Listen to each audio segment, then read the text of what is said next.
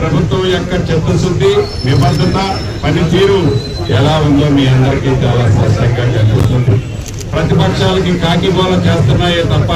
ఆనాడు వారు అధికారంలో 10 సంవత్సరాలు ఉన్నప్పుడు ఏవైతే ప్రజలను విస్మరించి ప్రజలను పట్టించుకోకుండా పేదవాడి కష్టాలని మర్చిపోయిన ఆ ప్రభుత్వం ఈనాడు ముసల కన్నీరు కార్చాలి అని, పేదవాళ్ల పట్ల వాళ్ళకున్న ప్రేమ ఇది అని చూపటానికి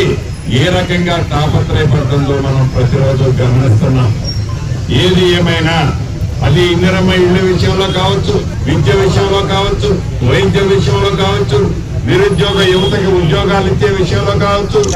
ఇందిరమ్మ ప్రభుత్వం గౌరవ ముఖ్యమంత్రి రేవంత్ రెడ్డి గారి నాయకత్వంలో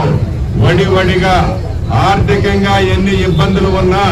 ప్రతిపక్షాలు ఎంత కాకి గోల చేసినా పేదవాడికి చేసే సహాయంలో ఇందిరమ్మ ప్రభుత్వం వెనక్కి వెళ్ళదని మనస్ఫూర్తిగా తెలుపుతూ, ఆ రైతు వెనక ఉన్న వాళ్ళు ఏదైతే ఇబ్బంది పెట్టాలని ఈ ప్రభుత్వాన్ని పేదోడు ఆలోచనకి ఫుల్ స్టాప్ పెట్టాలని వాళ్ళ కళ్ళ కళ్ళల్లాగానే ఈ ప్రభుత్వం వచ్చుదని కూడా